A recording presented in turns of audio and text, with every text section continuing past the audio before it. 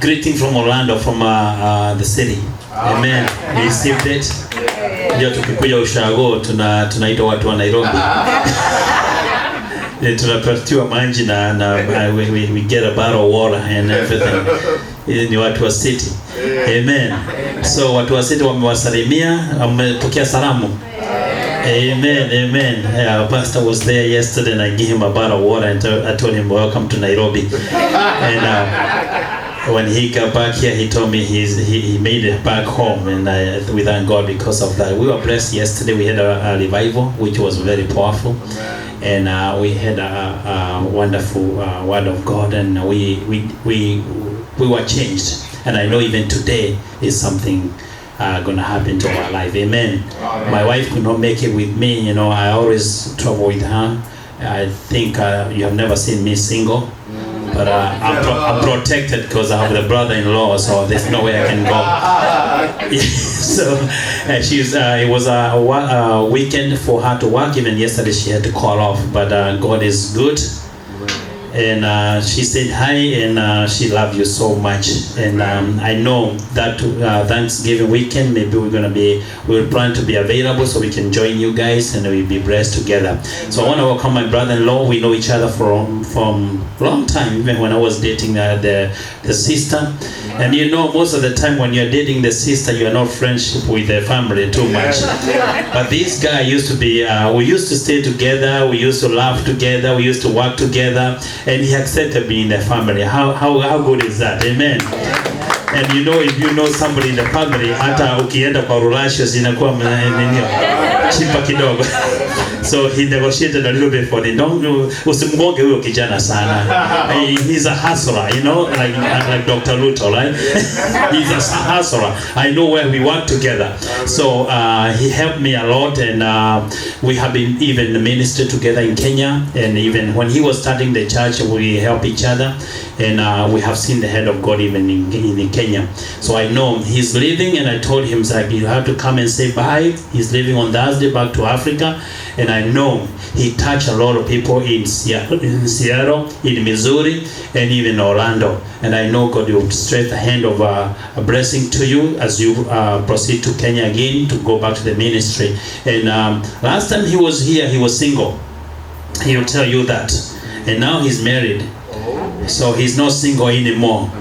So, and I told you, ladies who are not married over here, I told you, I mean, last time I was here, and I said, that guy is single, you know, but nobody catched it, you know. You need to tap the anointing when you hear it. When you hear somebody is single, get the phone number, and the same evening, you know what, you have to tap the anointing before somebody else tap it, amen. But somebody in Kenya tap it, so too late, amen. So next time I'll bring somebody single, I'll tell Pastor to write a note, and this guy is single, or this girl is single. It's the connection. It's called connection, kingdom connection. Amen. We need to connect people to the goodness of God. Amen. Otherwise, I'm going to call my bishop here. I'll put a word of prayer for him so he can give us. Yes, let's pray. Father, in Jesus' name, we bring the bishop to you, Jehovah Father. You have used him for so many years, more than 20 years, Jehovah Father. He have given away wisdom, Jehovah, words of wisdom, my Father. You used him everywhere he got, Jehovah Father. Thank you for him for being faithful, my Father, to your word. Even today, Jehovah Father, we praise anointing unto him, Jehovah Father. Use him as a vessel, Jehovah Father, even to talk to us this evening, my Father. We bring to him, Jehovah, to you, my Father. Let him decrease so you can increase in Jesus' name. In mighty name we praise and believe. Amen. Amen. Praise Jesus. Amen. Praise Jesus. Bwana Yesu asifiwe. Amen. My name is Gideon, and I used to say I'm a Swahili preacher, so I needed my interpreter to be near to me because I want to preach in Swahili. Oh, everybody is there Swahili? Hakuna mtu asikie Kiswahili? Nani asikie Kiswahili? No, acha tuhubiri yote. Okay, hallelujah. Hata inakuanga tamu. Amen. I say my name is Gideon. Anaitwa Gidi. And I'm happy to be here. Anafurahi kuwa hapa. I was here this year, not last year, Pastor Njau. Alikuwa hapa mwaka jana. Mwaka huu. Mwaka huu nilikuwa hapa. Yes, he was here this year. Nilikuwa nimeoa. He was already married. Last year kule kwa revival kule kwenu ndio nilikuwa bachelor. In the revival, that's when he was still a bachelor. But when I was here this year, Lakini alipokuwa hapa mwaka huu, I don't know, July or June. kando wa mwezi wa 7 ama mwezi wa 6. Nilikuwa covered. It was covered. Tayari alikuwa amefunikwa kabisa. Kwa hivyo nilikuwa mzee. Yeah, he was already a true man. Kwa hivyo nashukuru Mungu. We thank God kwa sababu ya muda huu nimepata, because of this time that is given to us. Pastor Mogaka, Mchungaji Mogaka na mke wake and your wife, nimekuja kuwajua ni watu wazuri wa Mungu. You've been good people of the Lord, na tumependana sana, and we've loved one another. Na wamekuwa msaada kwangu kwa sababu nimejua niko na marafiki. It's been a blessing because I know I've got friends. Na wakati niliwajua, and the time I got to know them, ni wakati huo nilikuwa nataka kuoa. It's around the time I wanted to get married. Na nilikuwa sijafika hapa. I had not reached here then. Lakini wakaja wakasema tutaenda kukuchangishia pesa za pre-wedding huko kanisani kwetu. And then said we will go and get some money for the pre-wedding in our church. Na nilikuwa akanitumia pesa nikiwa Kenya. And for sure he sent money when I was in Kenya.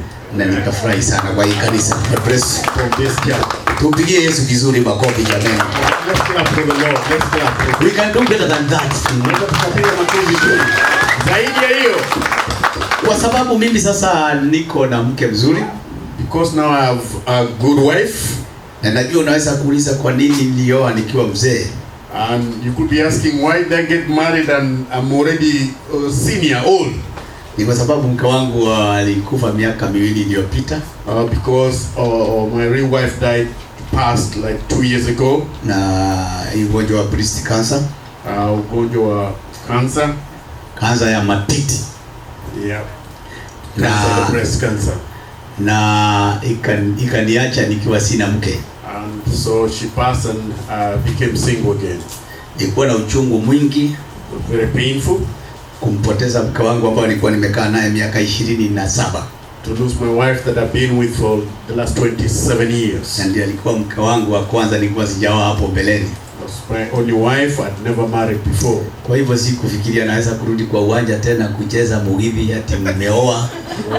Hakuna siku nilifikiria acheze kidogo mugithi, I could not play it again. In fact nilisikia uchungu mwingi. It was very painful. Lakini mke wangu alikuwa ameokoka. But the wife was really saved. Na nilimpenda. And he loved him. Na alifanya kazi na mimi sana ya Mungu. Did a lot of work for the Lord together. Na alinisaidia sana.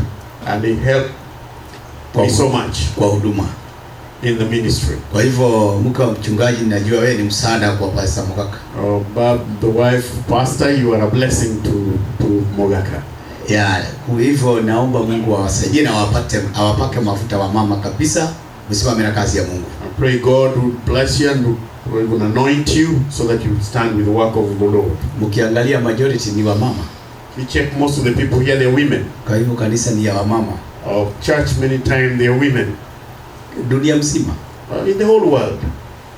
Hata ile ya wazee ile inaitwa Presbyterian. Even the one for the older Presbyterian. Hata ikikuwa hivyo ni bado utakuta ni wamama. You'll still find there are so many women there. So kanisa ni ya wamama. Church is for the women. Na hiyo inatuonyesha nini? And that shows us one thing. At mbinguni wamama watarithi ufalme wa mbinguni wengi kuliko wanaume. That there will be so many inheritors women in the kingdom of God than men. Amen. Hata maombi yetu si kama yenu wa mama. Even the prayers men make are not like the women, the ones they make. Angalia wakati mnaomba mkiwa serious. Check when you pray when you have made it so seriously. Uniambie ni wamama, ni wazee wangapi watalia hivi wakiomba? Tell me how many men cry praying like that.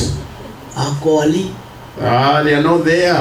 Saa hii tukichelewa kidogo hapa, if we are late here a little bit, wale wataona tumechelewa sana ni wazee. Those who will see that we are late is men. So wamama mko wazuri. Women, you are blessed. Na sisi bado tunajikakamua. Tunakuja. We continue to struggle to come on. Unaweza kutuhesabu ukaona bado tuko. Because you can see we are still around. Kwa hivyo mbinguni kutapatikana wanaume pia. Even in heaven, men will be there too. Wale wamejitoa. Those who have given out themselves. Kwa sababu ya Yesu Kristo. Because of Jesus Christ. Na ujue Yesu Kristo alikuwa mwanamume. Now Jesus Christ was a man. Lakini wakati alikuwa pale juu ya msalaba, but when he was there at the cross, alipoangalia chini, when he looked down, aliona wamama watupu. He only saw women. Women were the ones who were there. Mwanaume alikuwa mmoja tu peke yake. There was only one man at the feet of the Lord. Na alikuwa amtaji jina. And he didn't even call him by name. Alikuwa anasema, Biblia inamsema mwanafunzi niliyempenda. The Bible just says, and my follower whom I love, the disciple whom I loved. Na huyo alikuwa ni Yohana. And that was John. Ndio alikuwa kwa msalaba Yesu akija. He was the one who was at the who was there at the cross with Jesus. Wanaume hao wengine walikuwa karibu Yesu akikufa msalabani. Those men who were close when Jesus was dying on the cross. Ni askari waliomuua. They are just those men who killed him.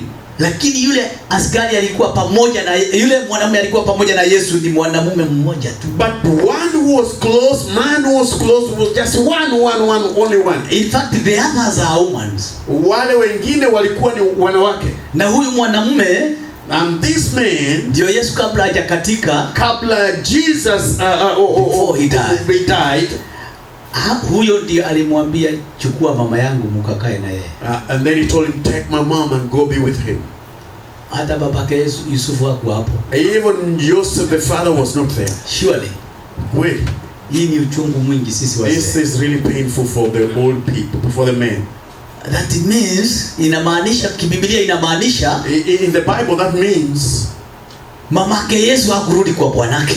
That the mother of Jesus did not go back to the husband. Kwa sababu hakuwa hapo katika mateso ya Yesu. Because he was not there when he was being beaten. Yeah, Yesu alimwambia Yohana, chukua mama yangu uende na yeye. Jesus told him, John, take my mom and go with her. Kwenda umshauri, kwenda umtake care. Go take care of her. Kwa sababu wanaume hata babake hakuna. But because men, even the father was not there. Kwa hivyo sisi wanaume tujikakamue. So as men we really need to put more effort. Wacha wanaume tupatikane kama Yohana katika msalaba wa Yesu. Let the men be found at the like John over there at the cross. Hata kama tuko wachache, even if we are few, lakini pasikose. But let never be known. Na unajua hata kwa njia nyingine sisi bado ndio wengi kwa kuhubiri wanaume. And you know somehow in preaching men are the ones who are many. Kuna sehemu tumewashinda wa mama. There are this area where men do better than women. Bado sisi wanaume ndio wachungaji wengi kuliko wa mama. But the preachers, most of them are men. Lakini unaona tunahubiria wa mama wa watu. But when we preach to the women. Wa mama wa watu wengine. The women who are mad to other men. So tujitahidi. Let's put more effort. Sure, tukuje kanisani.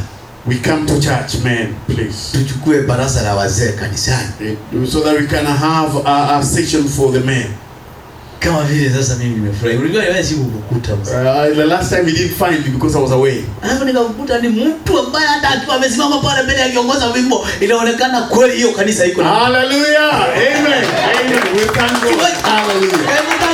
Wajitoe hivyo bwana. Watu wajitoe. Let everybody come forth like that. Amen. Amen. Amen. Amen. Naomba Mungu kama anaweza nipatie mzee kanisani nione akiongoza jimbo namna hii. Hallelujah. Now I pray that while we get a man who can praise like this. Amen. Hallelujah. In fact, you are doing a great job. Amen. Ambao haifanywi na wazee. We give praise to God. Hallelujah. Amen. Amen. Ambao haifanywi na wazee. Wazee wengi, most men don't go in praising. Hallelujah. Ati kunyenyekea hivi wakiimba. Hallelujah. Amen. Glory. Hallelujah. Tukiona hivyo sisi tunapatia pastor saluti kwa sababu ya kuchunga vizuri. You just tell pastor, thank you pastor for doing a good job. Kuona mwanaume anaimbisha hapa. Amen. Na umulipi. Amen. Hallelujah. And you don't pay anything. Hallelujah. Watu wa Nairobi ni kulipwa, ni kazi. Oh, there are those in Nairobi they get to be paid to sing. Ukikuta wanaume wanaimbisha kule kwa Pastor Muiru ni kulipwa. If you see people pray there in Muiru's church, they are being paid. Na akikosa kulipwa utakuta wengine hao wameenda. If you do not pay them, they'll go and others will have to be checked for together. Lakini kama mzee kama ukujitolea mcheza vile tumecheza. Hallelujah. Guy. Glory to God. Amen. Hallelujah. That's a wonderful. Oh, ni jambo la sawa sawa kabisa. Nilikuwa nasema wamama tuendelee kupenda kanisa. Oh, women, let's continue to love the church. Na tuombee wazee wetu. And let's pray for our husbands. Kwa sababu nyinyi nikiwauliza nani wangapi hapa wameolewa, mtakuta mmeolewa watu wengi. If I ask how many here are married, you'll find many are married. Lakini utakuta ni mama Ngoili na baba Ngoili wako pamoja tu basa. Hao wengine wazee wamekaa nyumbani. Your husbands are at home. They are not here, they are at home. Wengine mkifika nyumbani mnaulizwa na wazee wenu, bado pasa yuko huko na waitisha pesa tu. When you go home, they ask him, oh, pastor is still there, just asking for money. Leo amesema anataka ngapi? What did he say he wants today? Surely, hii mbinguni sijui tutafanya nini sisi wazee. Amen. I don't know what we'll do as men. But I know, najua jambo moja, tutaendelea kuhubiri mpaka tuokoke wengi wazee. We'll continue preaching until many men will come to the Lord. Basi siku zangu zimeisha za kukaa, nimekaa miezi 6. The days of being here, been here for 6 months. Kwa hivyo niko na siku 3 zimebakia. Alhamisi nitaondoka. Just on Thursday I'll be going, just 3 more days. Nitarudi kwa nyumbani kwa sababu ya kanisa na mke wangu na watoto. And I'll be back in Kenya because of the church, my wife and the children. Then next year I'll come back. And then mwaka kesho nitakuja. Nitakuja kwa sababu ya kutembea. Hii nchi usipotembea uonekani kama umeenda. And here if you don't come every time, you don't see like you come. Lakini ukisema tu umetoka Amerika, they'll say you from America. Hata wale walikuwa hawana haja na wewe watakuwa na haja na wewe. Even those who didn't like you when they are from America, now they will like you. Sasa tunajaribu ku maintain hiyo. We try to make sure tunaendelea na hiyo. Kuja tukirudi. We'll be coming and going back. We come and go back. Yeah, in fact, 2001 mwaka wa 2001 ndio nilikuja Amerika mara ya kwanza. Kuwa ni my first time. Niliporudi 2002, when I came back 2002, hata Dio ambaye ndio district commissioner, siku hizi ni district commissioner, anaitwa county commissioner. Huyo district commissioner wa huko ndio DC. Who is the district commissioner there? Alitaka kuniona. I wanted to see him. Na nikaenda, hakuna kitu alikuwa anasema. I went there and he wasn't even saying anything. Alikuwa anataka anione tu. He just wanted to see me. How is America? America iko namna gani? America is good. Is America mzuri? There is no dust there. Kuna vumbi huko. Vile nilienda na viatu yangu. I went with my shoes. Sikupiga rangi, nilirudi hivyo hivyo Kenya siku yote. I did not polish, I just came back with them. Hiyo ndio maajabu nimeona America. Over there in America. There's no dust. Hakuna vumbi.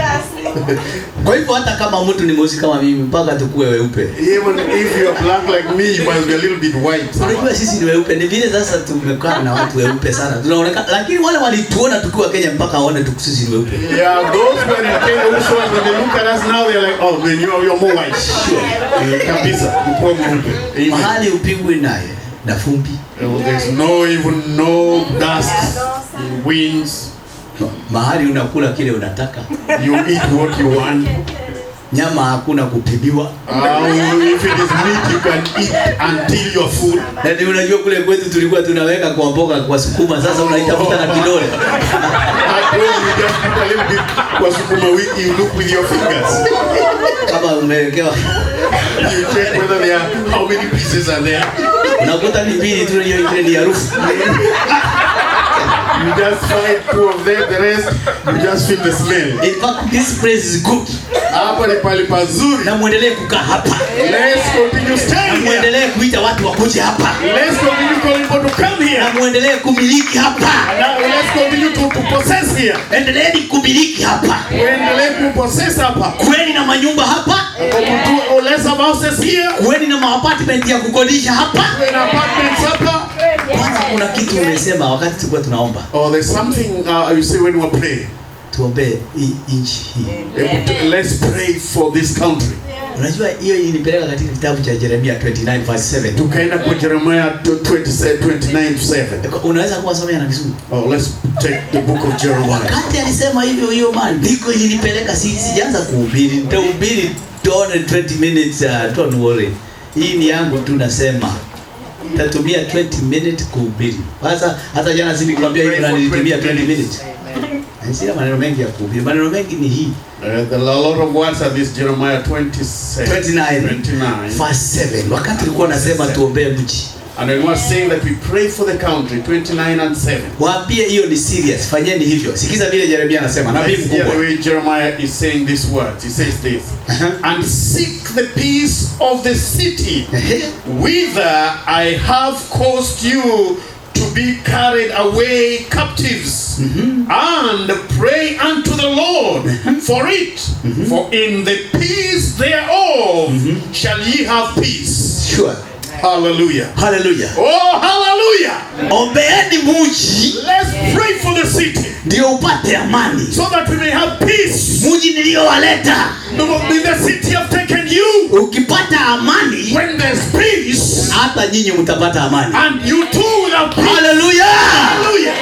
Kila siku wakiangalia waombee. Every time let's pray for the city.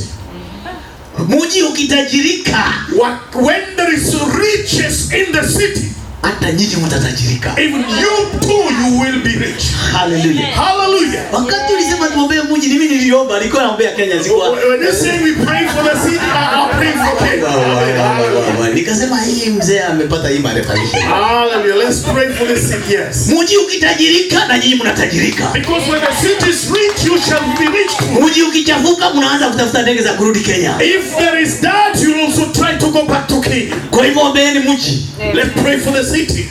Ndio ustawi. So that it can go prosper. Na nyinyi mstawi. So that you can also prosper. Hivyo ndivyo nabii anasema. If they are the same way the Bible says. Si mnaona watu wakihubiri wawili vile inakuanga moto.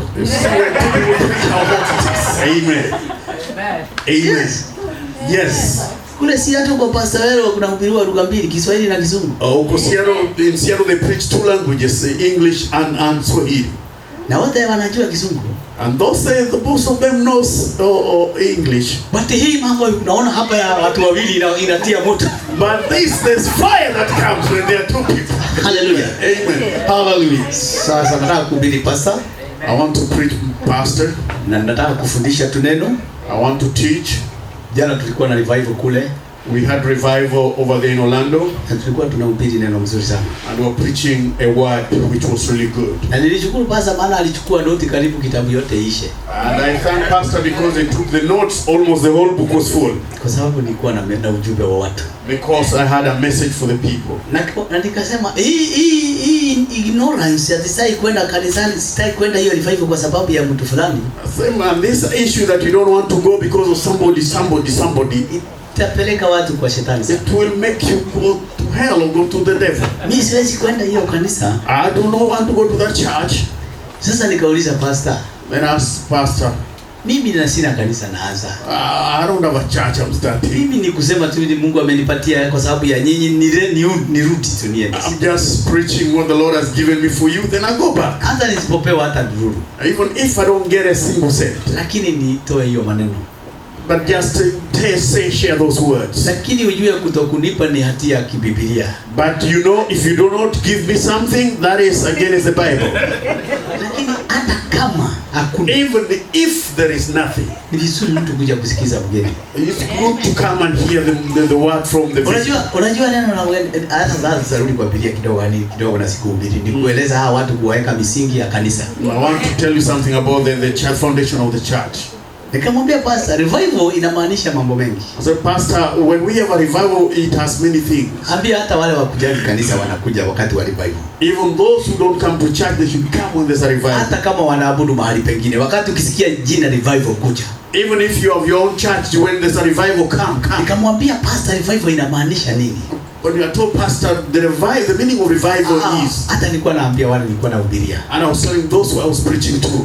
Revival ni kuinua zile vitu havifanyi kazi ndani yako. Revival is bringing up those which do not work within you, sianze kufanya kazi tena, so that they can work again. Na nikawapatia mfano wa gari. And I said it's like a car, an example of a car. Hiyo gari yako ikiharibika kidogo ukose kutengeneza, That car, if it has a problem and you do not make it, ati kwa sababu inaenda sitashughulika, because it is running, I don't care about it. Iharibika mahali pengine useme bado kwa sababu inaenda sitatengeneza. Or it gets spoiled somewhere, then you just continue with the car. Hiyo sasa iko na kasoro mara mbili. It has two issues now. The car has two issues. Iharibike tena mara ya tatu useme kwa sababu inaenda sitashughulika. The third time you see there's a problem, you say, I'll just continue with care. Hiyo gari inakuja siku moja kusimama imekataa. It will arrive, it will reach one day, the car will say, no, I can't go no more. Sasa revival inakuja kuinua hizo vitu vinasimama. Sasa revival ni kufanya yale mambo yamesimama yakainuliwe tena yarudi.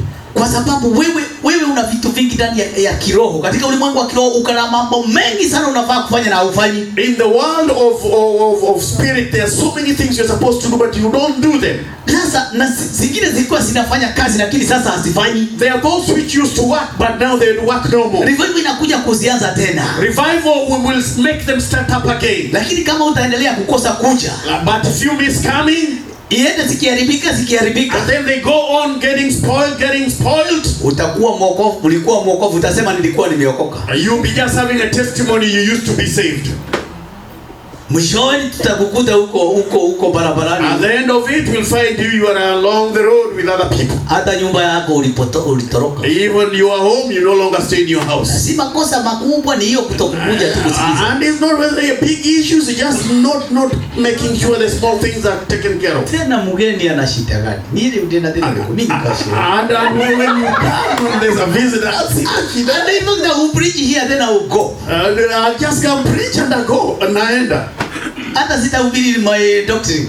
I won't even preach my own doctrine. Just one. Neno tu. Wapatie Proverbs 25:25.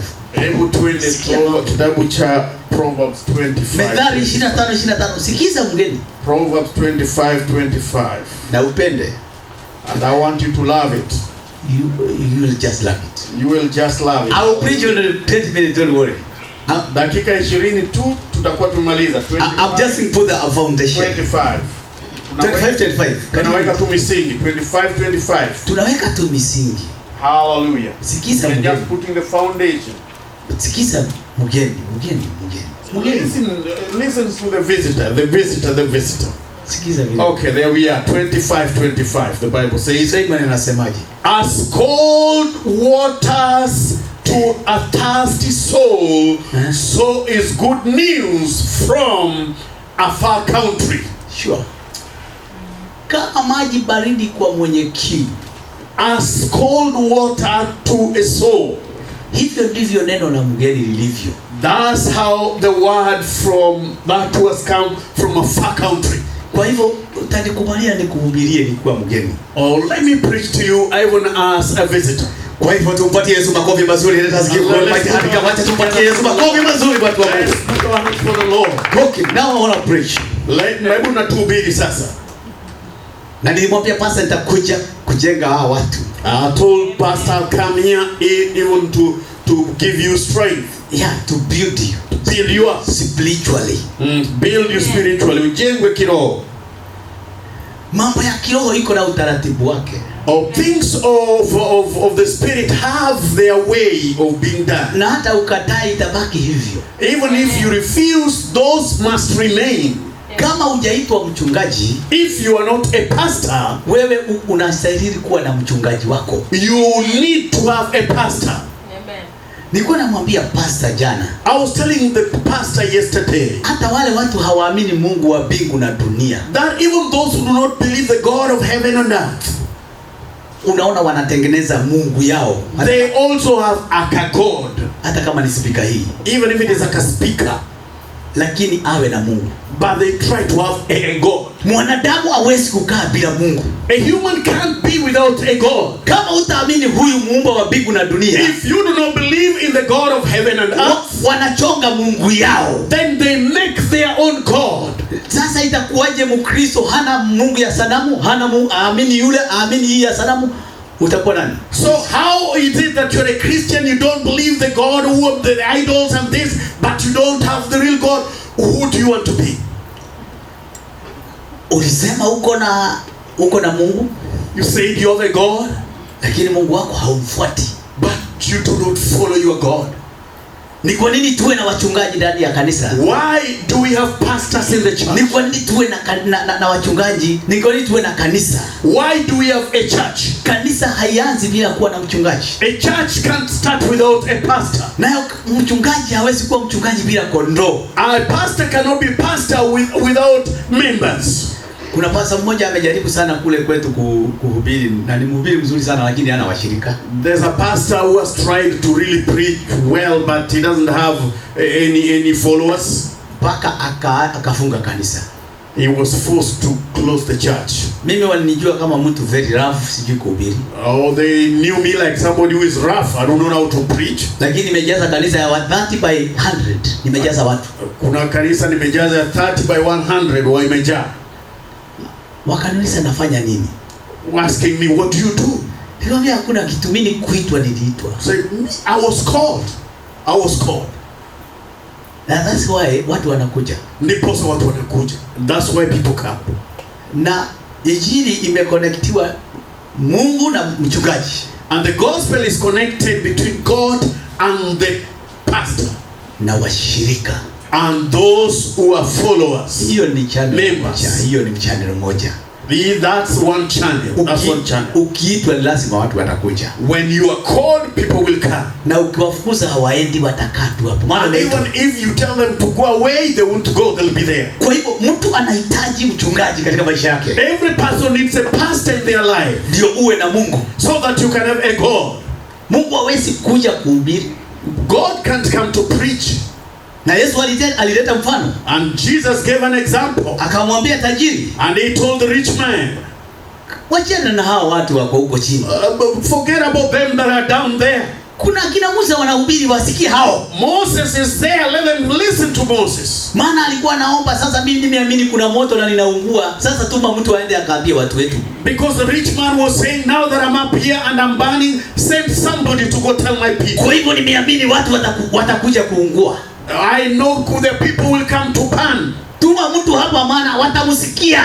Tell somebody from here, send somebody from here, they will listen to him. Mungu alikataa. God said no. Akasema huko kuna watu nimeweka. Said already I have sent people down there. Kama hawatasikia hao, if they will not listen to them, hata mtu akitoka hapa, even if somebody comes from heaven here, hata Mungu baadaye alimtoa wakaja wakamuua. Even God sent him here but they killed him. Unafikiria Mungu anaweza kutoa mtu mwingine wa pili? You think God can send another person again? Sasa huyo ndio hata atakatakatwa vipande nyama. They will cut the second one even worse than they did to Christ himself. Kizazi cha sasa. Yeah, this generation. Yesu achoke. Mungu arudi hapa. Yesu. The God to come back in this generation. Unasema kusulubiwa, atakatakatwa vipande awekwe barabarani tu watu wale wasione. You are saying be crucified. This one they will cut him and put him on the road. Sio Yesu, Mungu hawezi tuma mtu mwingine. So God will never send anybody else. Kama mtasikia hii na hubiri hapa, if you will not listen to my preaching, Mungu hatatuma mtu mwingine. God will not send another person. Kama mtasikia huyu mtu wa Mungu hapa, if you will not listen to the man of God, hakuna mtu mwingine atakuja. Nobody else will be sent. Yote nataka kuonyesha. I want to tell you. Alafu mtu wa Mungu ngoja sijui kama ujue. Watu wengi hawana pastor. And many people don't have a pastor. They don't have pastor. They don't have a pastor. Hata hawa labda hawana pastor. Even the people here maybe they don't have a pastor. It is true they are ni washirika wako. Ni kweli ni wanaowafuata when they come to your church. Na labda si wewe si pastor wao. Most likely you are not their pastor. Kwa nini? Why? Kuwa na mchungaji kuna utaratibu wake. Ukiwa na when you have a pastor, there's a way to ensure. Kuna vitu vya kufanya. There are things that have to be done. Ndio uwe na mchungaji wako. So that he would be your pastor. Na kama hujafanya, and if you have not done those things, hata kama unasema tuko na mchungaji Mogaka, even if you say we have Mogaka as our pastor, not yet. Mungu hawezi fanya kazi kwako. God does not work on you. Kwa sababu pastor ni wa kusimama katika pengo lako na Mungu. Because pastor stands in the gap between you and God. And I'm telling you, hii waya imeleta moto hapo, ikata hivi moto unazima. And you see these wires that are here, if they come to the bulb, you carry it like this, the bulb, there will be no more light. Mchungaji huwa ni wa kuunganisha waya. A pastor is the conduit. Ndio baraka za Mungu zikufikie. Connection so that blessings may come your way. Sasa nataka kufundisha hii ndio watu wa Mungu wajue. I want to teach you this so that people of God may know. Tutaifundisha kibiblia, surely. And we will teach it the Bible way. Ndio ukue na mchungaji wako. So that you may have your pastor. Kuna vitu vya kufanya kila siku. There are things that you do every day. Kama vile ndio uishi, kuna vitu unafanya kila siku.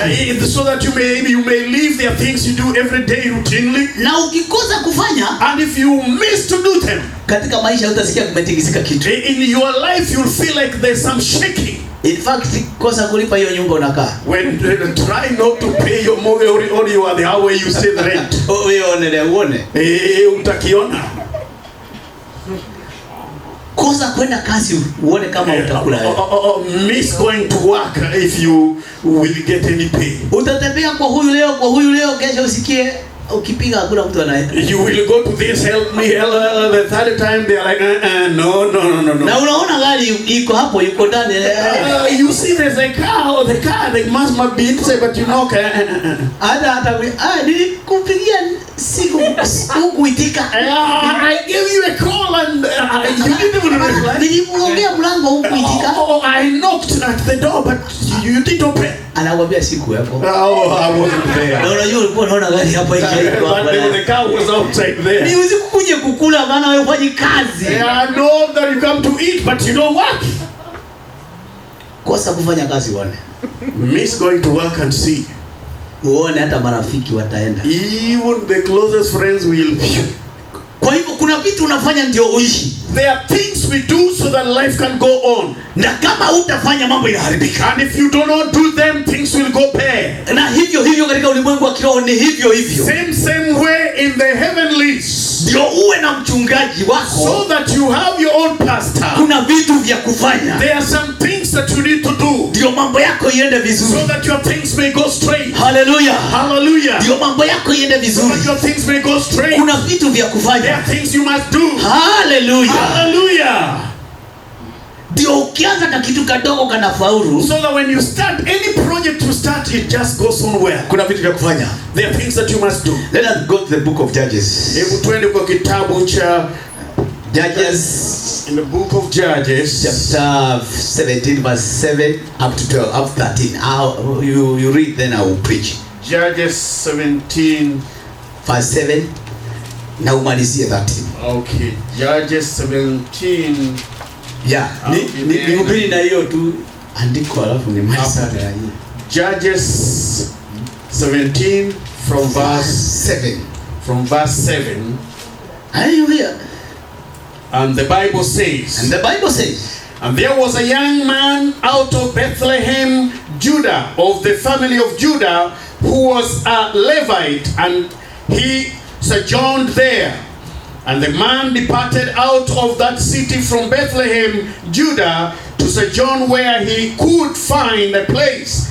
And he came to Mount Ephraim, to the house of Micah, as he sojourned. And Micah said unto him, Whence comest thou? And said unto him, I am a Levite, a Bethlehemite, Bethlehem of Judah, and I got to sojourn where I may find a place. And Micah said unto him, Dwell with me, and he unto me a father and a priest, and I will give thee 10 shekels of silver by ear, and a suit of apparels, and thy victuals. So the Levite went in. Verse 11.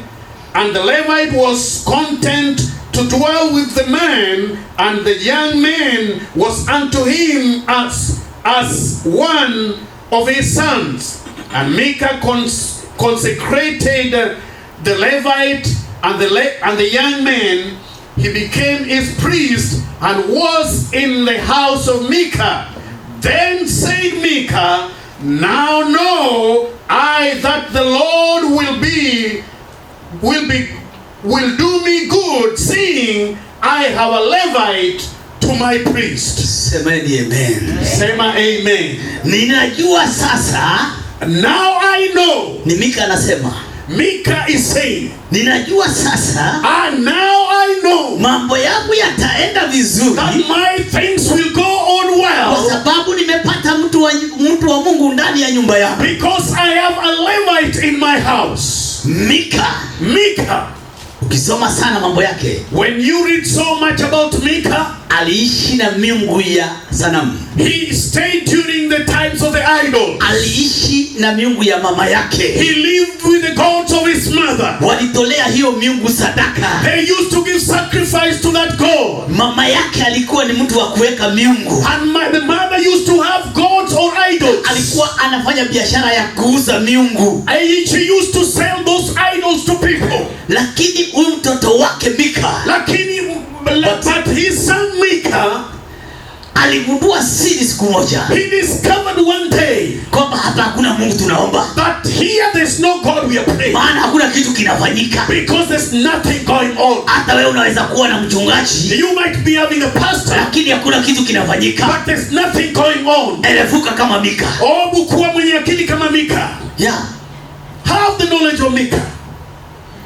Hii miungu ya mama yangu, these gods of my mother, hakuna kitu. There is nothing here.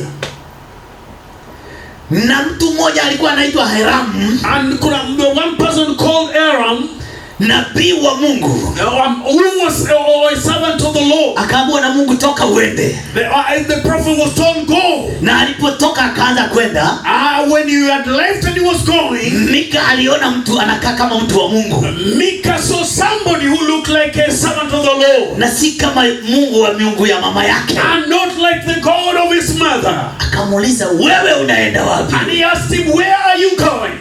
Mika kauliza Hiramu, wewe unaenda wapi? Mika kamuuliza he asked Hiram, where are you going? Na umetoka wapi? And where have you come from, Ephraim? Akamwambia, mimi ni nabii wa Mungu. I say, well, I am a prophet of the Lord. Nimeambiwa na Mungu nitoke niende. I've been told by God that I might leave.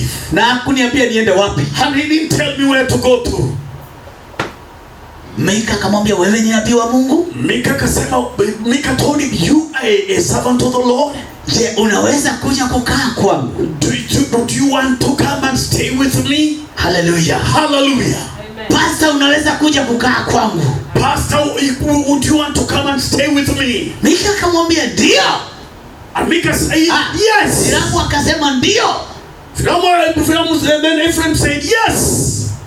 Akamwambia, njoo kwangu. And he told him, come to my house. Amechoka na miungu ya mama yake. Oh, I'm tired to be with the gods of my mother. Sasa ameona Mungu, mtu wa Mungu kabisa. And he saw the true man of God. Akamwambia, nishike hapa sasa. And he said, get what I'm saying now here. Sasa nishike vizuri hapa. Get what I'm saying good now. Akamwambia, njoo ukae kwangu. And he told him, come stay in my house. Ukue baba yangu. Be my father. Ukue baba yangu wa kiroho. Be my father, my father, spiritual father. Na mimi, and me, nitagharibika. shall be blessed. Hallelujah. Hallelujah. Nitakupatia nguo za kuvaa. I will give you clothes to wear. Nitakupatia pesa kila mwaka. I will give you money every year. Hata nyumba ya kukaa nitakupatia. And even where you will be living, I will give you. Na wewe ukue kuhani wangu. And you will be my priest. In fact, Hiramu akakubali. Ephraim said yes. Alipokubali, maneno ya mwisho verse 13. When he said yes, mstari wa 13. Hebu soma mstari wa 13. Alipokubali, sikiza vile. Mstari wa 13, hebu tusikie. Ambao ni mstari wa mwisho. Let's go to verse 13. Listen. Then said Mika, now I know, and that the Lord will do me good. Hallelujah. Hallelujah. Sasa kuanzia sasa, from now on, mambo yangu yataenda vizuri. My things will be well. Kwa sababu nimepata. Because I have found me. Nimepata. I have found me. Mtu wa Mungu ndani ya nyumba yangu. A man of God in my house. Lakini nitagharimika. But it will be costly to me. Nitagharimika. I will take care of some issues. Nitavalisha suti. I will buy the suit. Ananua hii umevaa ni yako umenunua mwenyewe na mama. Hakuna hapa mshirika. That's why I'm telling you. That's why I'm maybe they have a pastor that but they don't have. Unaweza fikiri wana kuna mchungaji na kumbe wana. Surely. Sawa kweli. Hii suti hata kama si roho wa Mungu ananiambia. Hiyo suti kwa mafikira yangu hii. If the Lord telling me tatwari yake moshi yeye mire kwenu. Utakomea. Ngapi? Mire komere. Ngapi? Kiatu ni ya nani? Socks ni ya nani? Hizo socks. Yes. Hii tai na tumeipongeza asubuhi. The tie. Hii tai tulipongeza asubuhi. Yeah, that tie we prayed for in the morning. The way pastor is much. Yeah, he's yenyewe amematch. Sasa hiyo tunaonanga mama. Here we say is sharp. Yeah, sharp, you are sharp. Yeah, uko sharp kabisa. Hallelujah. Ule pwani tunasema umedunga vizuri. Umedunga kabisa. Umedunga vizuri. Umedunga vizuri. Umedunga uko sharp. Amen. But let me ask you. Hebu nikawaulize. Mimi sina haja, sisetai mimi. But I'm not asking on my behalf. Hapo kuna kitu yako wewe. Hebu mtu wa Mungu simama tu hapo. Man of God, let me teach you this people. Yeah. Wacha nifundishe nawe. Hata kama utakangi wakupatie, wacha tusimame, simama tu hapo. Simama tu. Just simama. Mama kuja. Mama come. Unajua sisi mama wa kwetu ni walembo sana. Yeah, kabisa. Yeah. Amen. Oh, mean a very pretty, beautiful. Hapa kuna kitu yako. I'm just asking. Is there anything your possession you've given here? Hata nywele ya mama. Hapa kuna kitu yako. Is there anything that you've given here, even the hair? I'm telling you, mimi hivi nimevaa hakuna kitu nimenunua. Whatever I have on, nobody has bought. I've not bought it myself. Hii kiatu ni mke wako alinunua? This shoe was bought by his wife. Hii trouser ni mke wa mchungaji Paul kule St. Louis. Paul kule St. Louis. Hii nguo ni mtu mmoja wakati nilikuwa naordeniwa alinunua. This one was bought when he was being ordained by somebody. Kuna kitu yako hapa. Is there any? I'm just asking. Sikupeleki chini ni kukufundisha. I'm not trying to pull you down. I'm just trying to teach you something. Vile unaweza kuwa na mchungaji wako. The way you can live with your pastor. Paka ndani ya nyumba yako. Even in your house. Nisikuwa sina maneno. Sit down. We didn't have much. Ni hawa nilikuwa nafundisha hii andiko. I just wanted them to teach them this word. Mika anasema. Mika said. Kuanzia sasa. From now on. Mimi nimefurahi. I am happy. Maana niko na kuhani kwa nyumba. Because I have a priest in my house. Na kuanzia sasa. And from now. Mambo yangu yote. My things all my things. Ninajua. Hallelujah. I know. Hallelujah. Mungu atayafaulisha. God will make them go through. Kwa sababu ya kuwa na mtu wa Mungu ndani ya nyumba yako. Because I have man of God in my house. You know me, I'm intercessor. Mimi ni mwombaji. I'm an intercessor, person who prays. Kuna watu hata hawana haja waniambie niwaombe. There are those who don't even ask me to pray for them. Niwaombe automatically. Naombea tu automatic. Kwa matendo tu. Just pray because of what the actions they have done. Kama hii couples hata nikimalizia ni kama ndio amen, ndio namalizia naye. These couples are finished with them, they are my amen. So ninajuanga mko safe, I know. Because hivyo najua wako safe kabisa. Sababu mimi naomba. Because I pray. Basi vitu vingi niko navyo vimetoka hapa. There are many things I have that came from here. Kanisa vile imekaa mpaka imefika 22 churches. The church, kanisa mpaka imekaa makanisa 22 ni hawa.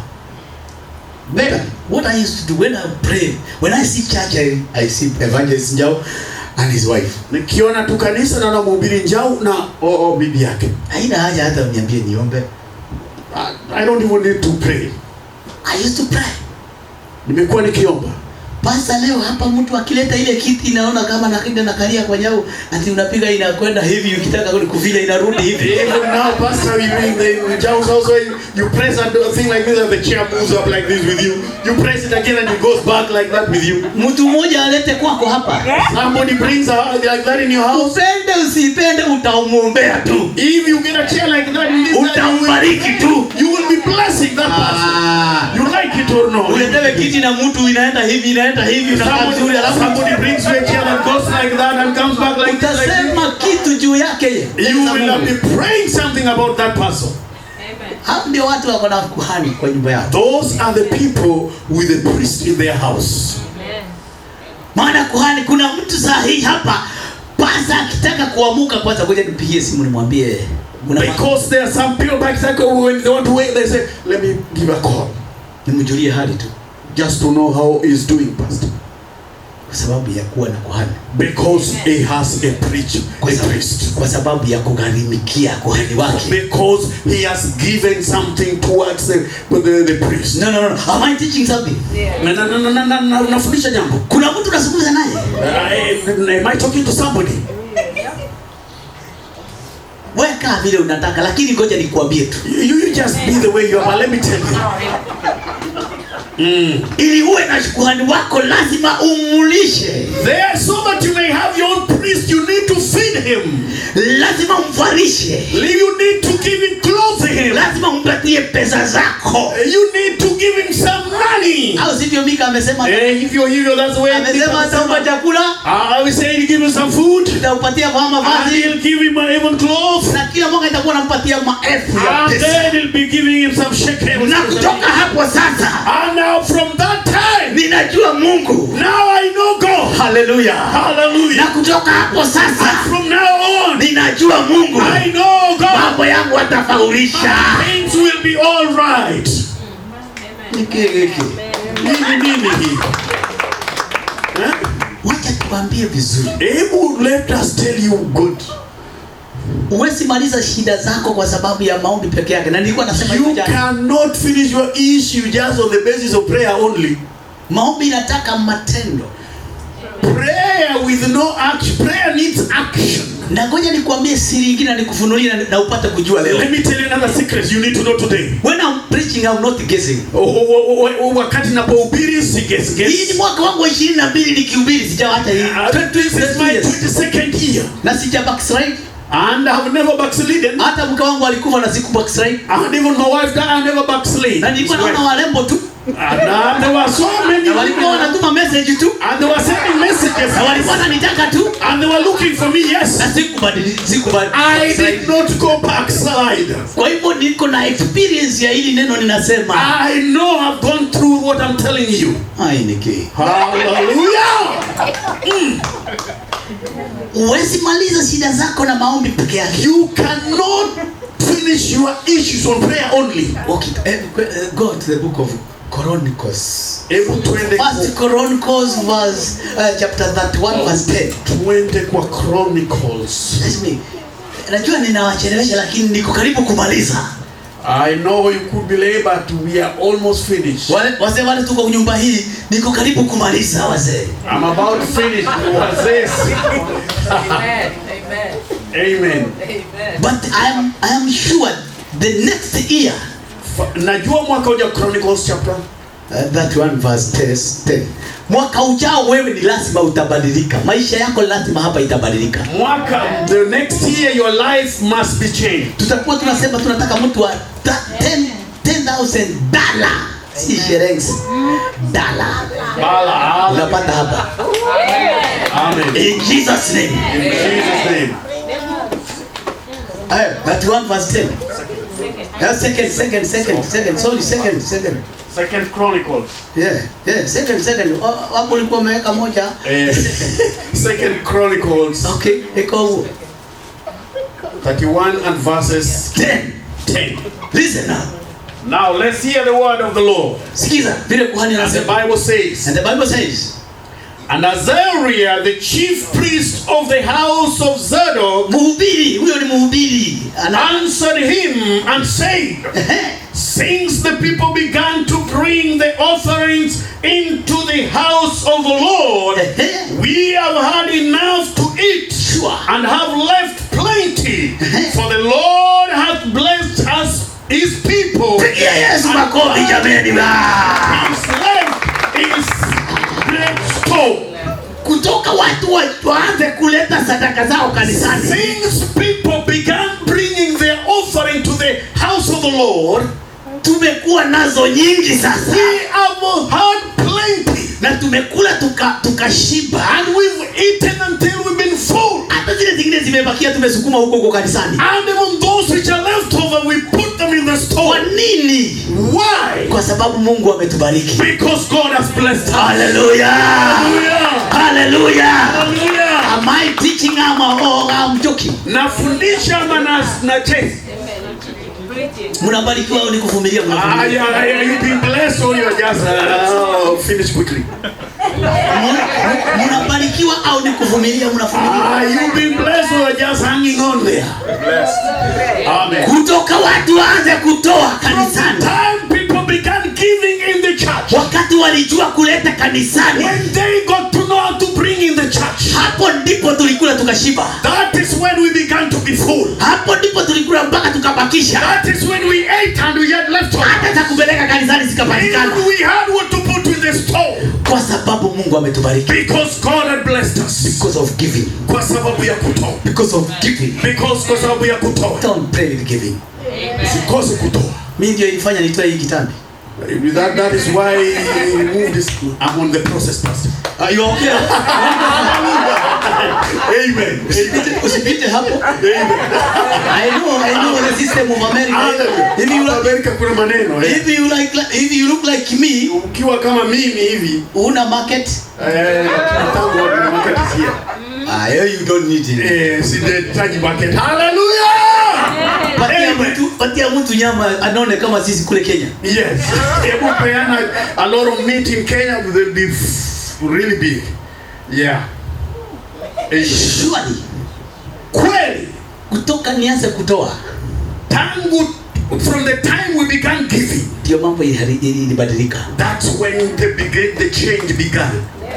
Maana nilijua kutoa mahali pasawa. Because I got to know how to give right. And I believe. Na nikaamini. Ninaamini. Naamini. Sijawahi ombea sadaka ikakosa kufanya kazi. I have never prayed for an offering and it never worked. Sijawahi kuombea sadaka milango ya mtu ikakosa kufunguka. I have never prayed for the offerings and doors never opened.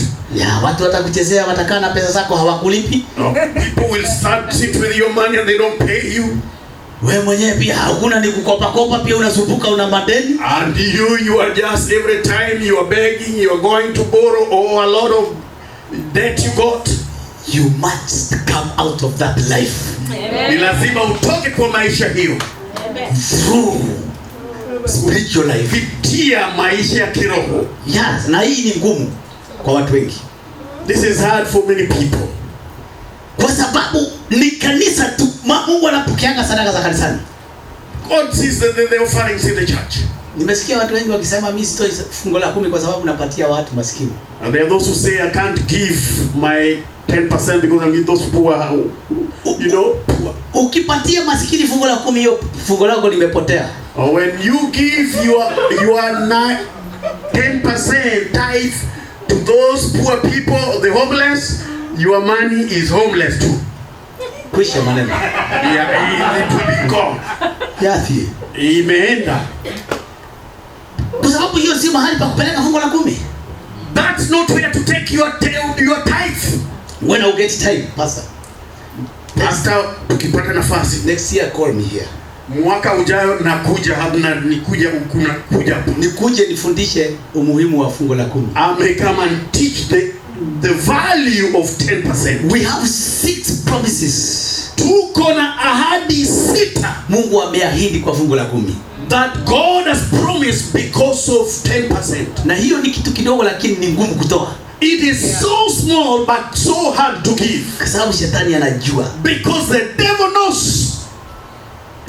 You mean 1,000 utoe shilingi $100. Inakuwa ni ngumu hiyo $100. At 1,000 you have to give 100, that's really a big issue. Na unaweza nipatia 200. And you can give me 200. So lakini fungu la 10 hiyo 100 unaweza inakuwa ngumu kutoa. But to give the 1,000, to give the 100, but unaweza lakini unaweza kuniandikia cheki ya 200 hapa. You can write to me right now 200 check easily. Na ni nyingi kuliko hiyo 100. And that is even more than the 100 God wants. Shetani hataki hiyo 100 utoe. And the devil does not want you to give the 100. Afadhali umpatie hata 1000. You would even give 1,000, you are happy to write it. Lakini ile 100. But when it comes to 100, the tithe, the devil doesn't want you. Na ni kidogo sana. It is so small. Shetani anajua siri. But the devil knows the secret that is in doing it. Anajua siri katika hiyo 100. He knows the power of doing it. Nikipata nafasi nitakuja nihubiri hiyo. Na hawa watu hawatakuwa watu wako ile tena. They will never be the same again. Hata hii mambo tunasukumana nao na makazi utaona ikienda vizuri. Yeah, the issues of jobs, they will all go right. Biashara mtaona zikienda kivingine. Even the business will be right. Mpaka ushindwe nini kinafanyika. You'll be wondering what's going on. Kwa sababu mambo ya matoleo ya kanisani inapuuzwa sana. Because things giving in the house of the Lord, people don't put a lot of effort on it. Hiyo inatajwa kama mambo mabaya huko nje. It's like this is something that we should just by the way. But it's because devil he know. The devil, shetani anajua ni nini. Kile ninasema shetani anajua. The devil knows what we are talking about. Anajua kile kimeandikwa hapa. And the devil knows what is written in the word. Wewe ndio hujui Biblia, shetani anajua Biblia kabisa. You may not know the Bible, the devil knows the Bible. Hata Yesu alikuwa anaambiwa na shetani, soma imeandikwa. Even Jesus was being told it is written. Na Yesu akawa anasijua sana kama hata hii imeandikwa. And Jesus knew the word, so it is also written. Si unakumbuka ingine imeandikwa? You remember this is also written. Yesu naye anapitia ingine anamwambia, unajua ile imeandikwa. Jesus comes and says, oh yeah, it is also written. Hawezi akakushinda kama unajua maandiko. When he knows you know the word, the devil can't catch you. Sure kabisa. Lakini kama ni hii tunafanya kazi mpaka Biblia hatufungui. But this idea of working and we can't be loosened by the word. Alafu ukose kusikia hii nayo hii ninasema ukose kuamini. Then the word that we are sharing you do not believe it. Hausomi Biblia? You don't read the Bible. Na ile mimi nakwambia uamini. And the one that we are sharing with you also you don't want to believe. Tamalizwa na shetani. Oh, the devil might clear you economically. Devil will finish you. Kiuchumi shetani atakumaliza. Surely. Kabisa. Economically. Kiuchumi utaisha. Atakumaliza. Kwa sababu hii yote ni yetu ya kutuelekeza vile tunaweza faidika. Because all this is to help us how we can prosper. What we need to do, kile tunahitaji kufanya ni kusoma na kuliamini. Is to read it and you believe it. Believe it. Don't tusome tu. Do not just read. Soma na uliamini. Read and believe it. You see. Now utaona. Hallelujah. You will see it. I believe wewe sikuwa umekaa hapo bila kuwa unaamini Mungu. Unaamini Mungu. Anajua hujaketi tu hapa, you've not stayed here without you believe God. Sasa wacha tuamini Mungu alafu Mungu naye atusaidie. Sasa tuache kukaa kama hatuamini vizuri. Now let us believe him so that he may action on us so that we be like no be unbelievers. I want to summarize this wacha tumalize hivi kwa mambo haya. Tuseme hivi pastor. Let's say this. Tutengeneze siku nyingine. Let's make another day, pastor. Kama siku 3. 3 days. Sasa tukipata watu 3 tufundishe. Hawakipata 3 wataeleza wao wengine. We only need 3. Those 3 will be enough to share with the others. Maana watakuwa matajiri wa wengine, watajiri watu. Yeah, the 3 will be the richest of all rich people. Kama wataamini Mungu. If they will believe God. Sure. Amen. And then the others will see. Ni vizuri kukaa na mtu wa Mungu. If go to live with a man of God. Ni vizuri kufanyia mtu wa Mungu kazi. It's good to work for the man of God. Ndio Mungu akusikie. So that God may hear you. Nilikuwa namwambia Pastor Mugaka. I was telling Pastor Mugaka. One side you are Mugaka. Upande mmoja wa Mugaka. And I know people they don't like Mugaka. Na kuna wengine wale wapendi Mugaka. Mtu yoyote anafaa kupenda. Every person should like this side of Mugaka. Mugaka ni mbili hapa sasa hii. Mugaka is like 2. Na si wewe hujaitwa, wewe umeitwa kuwa hapo huko. Huyu ameitwa hapo. Sasa you've been called to be there. Him is been called to be. You are too. Ako kuwili. Hii mwaka anaweza nikosea sana. Mwaka on this all side can really hurt me. Lakini hii hata ukifanya uwezi, hii ingine uwezi kosea. But this side of him, even if you do what, he will never hurt you. Na ndio hiyo tunafuata. And that is what we are following. Genesis 12 verse 2 kuendelea. Kitabu cha Mwanzo nasema hivi. 12 usisome maana kwa sababu ya wakati. Utaenda kusoma Genesis 12 verse 2. 12 mlango wa pili. Au uanze moja uendelee tu. Ukianza hapo mbali na uendelee. Usoma na Kizungu, useme kuna watu hawasikii Kiswahili. Watu wengine wasikii, tusome hivi anasema, now the Lord had said unto Abraham, get thee out of thy country and from thy kindred and from thy father's house unto a land that I will show thee, and I will make of thee a great nation, and I will bless thee and make thy name great, and thou shalt be a blessing.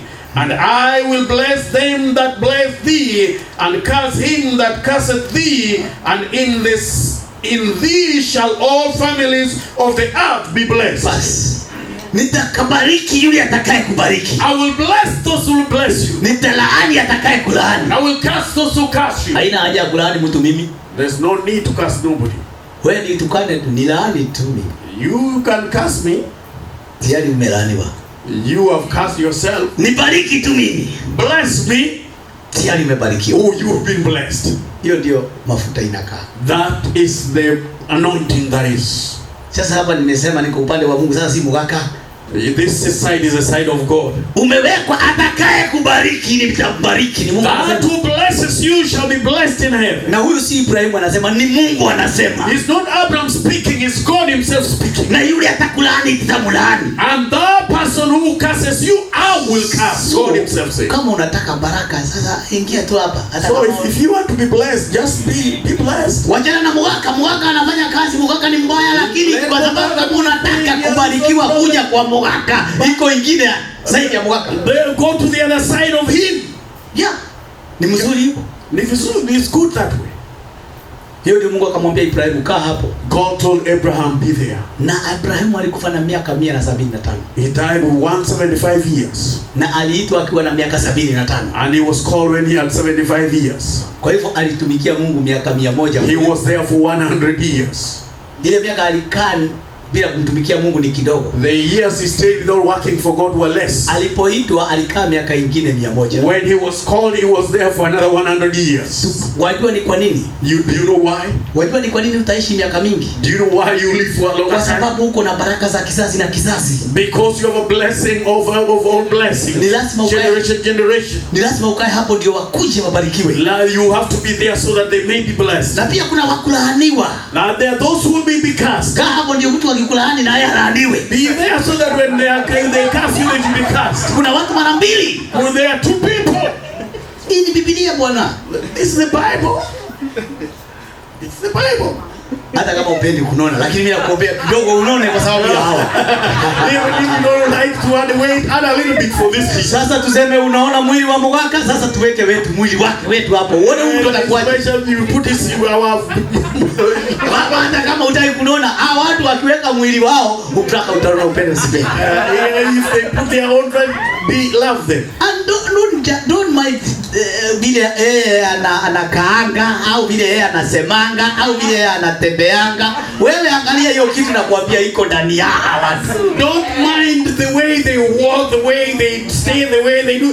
Just do it for the sake of these people. Vile alikukosea, those things were wronged you, wewe wakosee tu.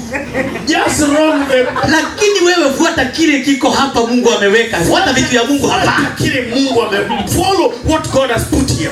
Hii ingine wachana na hao waende na bwanake. Let's let them go with his husband. Hallelujah. Lakini wewe njoo kwa ufuate kile Mungu amewapatia maana ni chako. Come get what God has put for you in them. Hallelujah. Hallelujah. Na kufundisha kukaa na mtu wa Mungu. Teaching you to stay with the man of God. Bila kuona kama ni mwanadamu.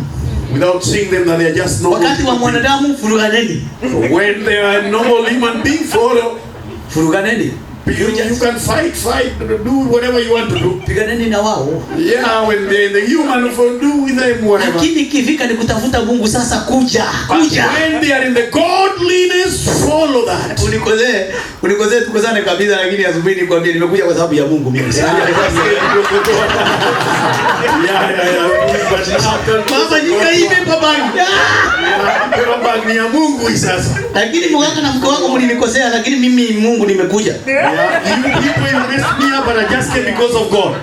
Utaishi na mtu wa Mungu maisha. You will be with a man of God. Maana ni wapi utapata malaika ambaye hata kukosea? Because where will you get an angel who will never hurt you? Ni wapi utapata mtu ambaye si mtu kama wewe? Where will you get a person who is not like you? Nataka nikutenganishe wewe na mwanadamu, nikuweke wewe na Mungu. I want to make you different from the flesh person to be the person of God. Yes. Ndio ubarikiwe, maana umekosa kubarikiwa kwa sababu ya kuona mganga na mke wake, au mimi na mke wangu, au mchungaji yoyote yule unamjua na mke wake. So that you may be blessed because you've been seeing just Mogaka and his wife, or me and my wife, and you miss the blessing that the God should give you. Mimi waambia washirika wetu, I tell those I used to tell our members, tukiambia washirika wetu, if I hate you, kama sikupendi au nimekukosea, kama nimekuchukia, nimekukosea, maybe I've hurt you. Mimi ni Gideon. Is Gideon amcho? Lakini pastor hajakukosea? Pastor hajakukosea. Hallelujah. Jina yangu mimi nilikuwa Gideon na mama. Gideon has hurt you, but not the pastor. Pastor endelea na yeye tu. The pastor go on with the pastor. Separate Gideon and the pastor. Separate Gideon inafuata pastor. Yeah. Even Gideon follows the pastor. Munabarikiwa au mnavumilia? Are you being blessed or you are just hanging on? Amen. Hallelujah. Glory to God. Wacha tubalize. Let's finish. Mimi nitawabariki. I will bless you. Pastor, mimi nitabariki hawa watu. I bless these people. Mimi niko na siku mbili tunaenda Kenya. I have 2 days I'm going to Kenya. Lakini nataka muujiza mkubwa before kuanzia sasa mpaka December. I want a big blessing from now. A miracle from now to December. This month of November. This month of November up to December. The new year. Amen. That new year mwaka mpya. You testify here. Utakuja hapa utoe ushuhuda. The new year.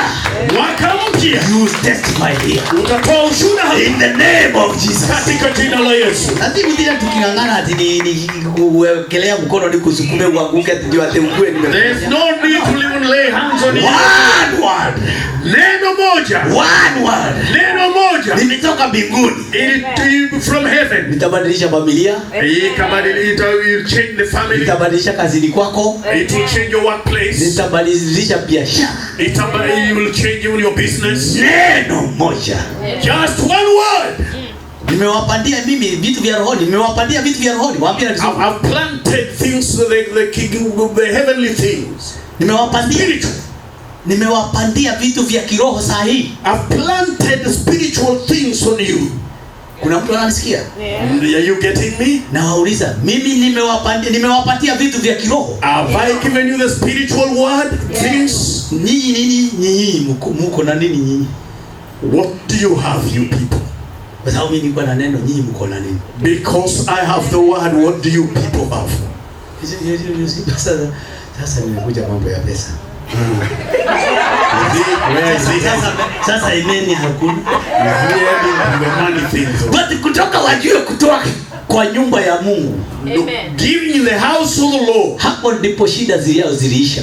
That's where their issues ended. Hapo ndipo umasikini wao uliisha.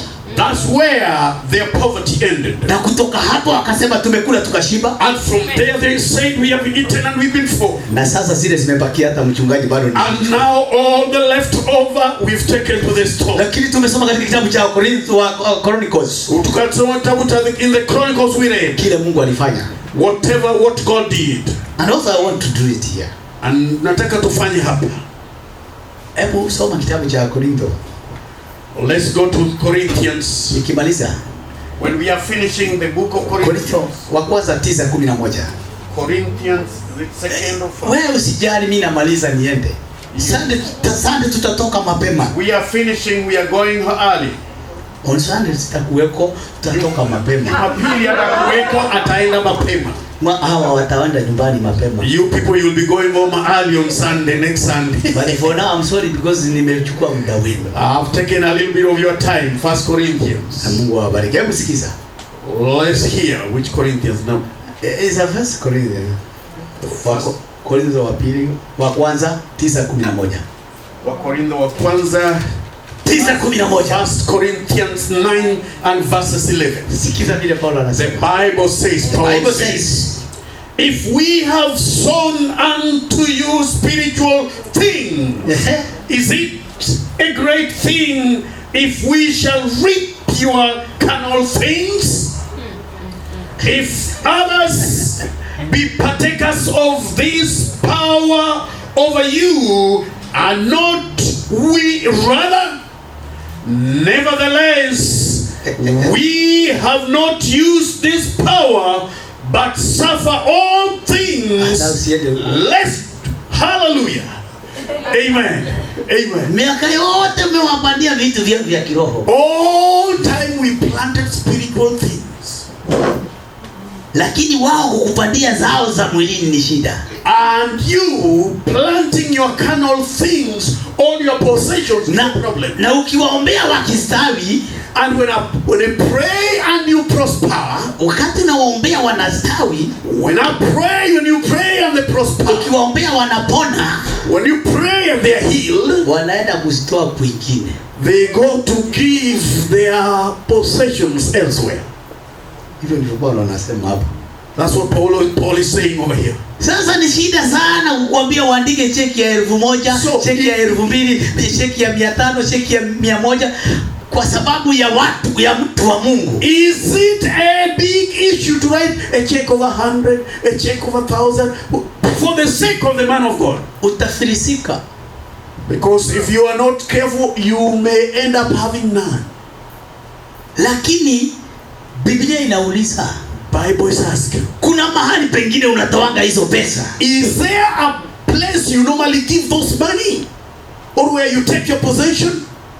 Na ukigonjeka wezi piga huko simu. And if you are sick, you don't call there. Hata ukuangi uchelewi kulipa insurance. You don't miss to pay your insurance. Na hata ugonjeki, na hata ifanyi kazi maana ugonjeki. You are not even sick, but you just pay insurance. You just pay your premium. Na ujui ni kwa sababu kuna mtu anaomba kwa sababu ya washirika. You are not sick because there's somebody who has been praying because of the word of God. Lakini kutoa insurance utaki ichelewe.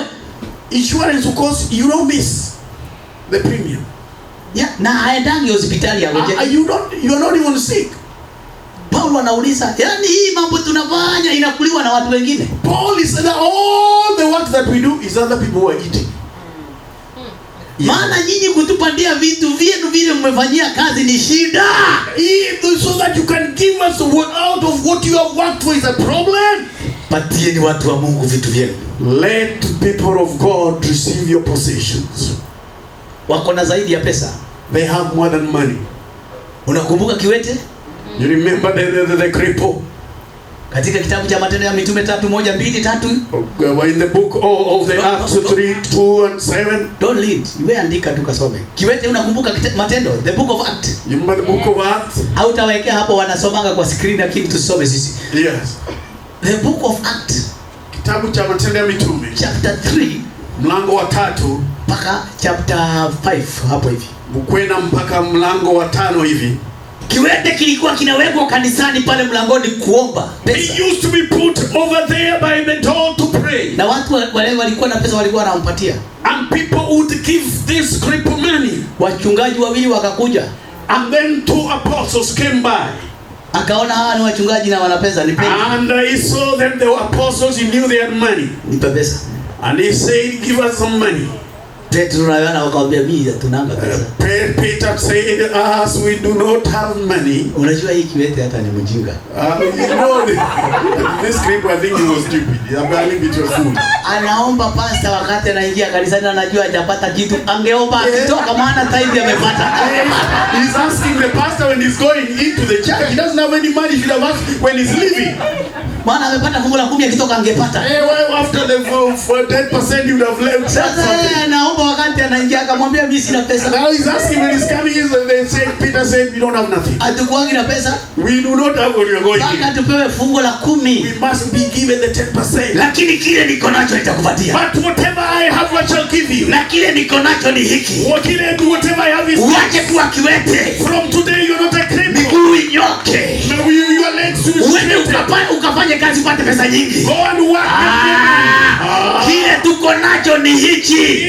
Whatever we have is Ni kukubariki wewe. that we may bless you. Uende ukapate pesa nyingi zaidi. Get more money. Wacha saa yote ukipata kamchango mtu wa kwanza guest of honor ni pastor. When you get a little pastor is a guest of honor. Ukipata shida ya pesa mtu wa kwanza kupigia simu, Pastor. pastor nipatie pesa. Waambiange sina lakini kile niko nacho. Pastor say I do not have whatever I got. Hallelujah. Sina pesa lakini kile niko nacho. I do not have but what I got. Lakini kile niko nacho nitakupatia. Whatever I have I will give you. Mungu akupatanishe na mtu aliye na pesa zako. God may connect with that person who has your money. Go over there. Lakini mimi sina pesa. Me, I do not have it. Hallelujah. Sina.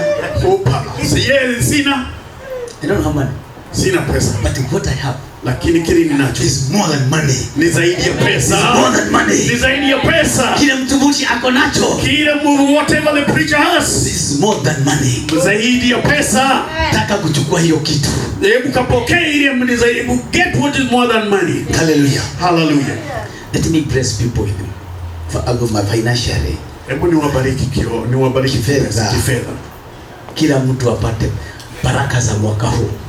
Everybody to be blessed Na this year. ukubali pasa tuombee watu hawa, hata wewe pia nitakuombea tu. Yeah, Sababu we'll wewe pray uko for Amerika. everybody when you pastor. Na mimi mtaniombea nikienda Kenya nisifilisike. Hivyo tu in one. Pray we lift one another when I go to Kenya. Nitaombea Gideon, msiombea pastor. Yeah. Pastor achana naye. Pray for Gideon. Ombea Gideon. Pray for Gideon. Ombea Moraka. Pray for Mogaka. Pastor wachana naye. Pastor is leave Pastor Lord. Ana pesa. Pastor has money. Lakini kile ako nacho Whatever he ni has zaidi ya pesa. is more than money. Am I saying something? Niseme jambo. Ninasema kitu mimi. Nasema jambo. Kuna mtu ananisikia. Were you hearing me? Mimi nataka tubariki watu kifedha. I want to bless people here monetary. Surely ndio niende. So that I can go. Pastor, ndio niende. So that I can go. We want to write a check Taka tuandike ya pesa nyingi a lot of money. au pesa kidogo ili uko nayo. All the little that you have. Nikubariki niende. I bless you, go. Pesa nyingi A lot of money au pesa kidogo ili uko nayo. or little money that you have. Yule mwanamke hakuwa na nyingi. That lady, she never had a lot. The widow. Alikuwa na chupa moja tu ya mafuta. She had just one bottle of oil. Hiyo chupa tu kusikiza vile mtu wa Mungu alimwambia. When she heard what the man of God said, Hiyo chupa ya mafuta. that one bottle of oil, I'm telling you. Ni Biblia. the word of God. Na kama uamini hii mambo ya Mungu usifanyange, maana itakuwa ni kusumbuka tu unasumbuka. If you don't believe, please don't do it because you're wasting time. Ni kusumbuka utasumbuka. You will just be suffering. Lakini wakati utaiamini iyafanye uone. But the day you believe and do it, you will see. I don't think I can come here to lie.